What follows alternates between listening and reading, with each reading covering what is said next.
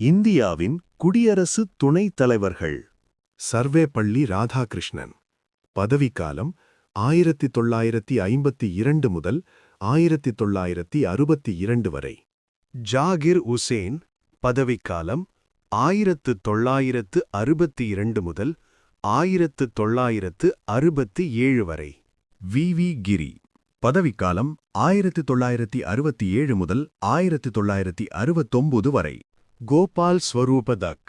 பதவிக்காலம் 1969 முதல் 1974 வரை. பி ஜாட்டி. பதவிக்காலம் 1974 முதல் 1979 வரை. முகமது இதயத்துல்லா. பதவிக்காலம் 1979 முதல் 1984 வரை. ஆர் வெங்கட்ராமன்.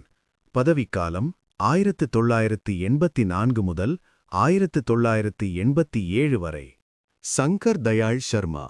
பதவிக்காலம் 1987 முதல் 1992 வரை.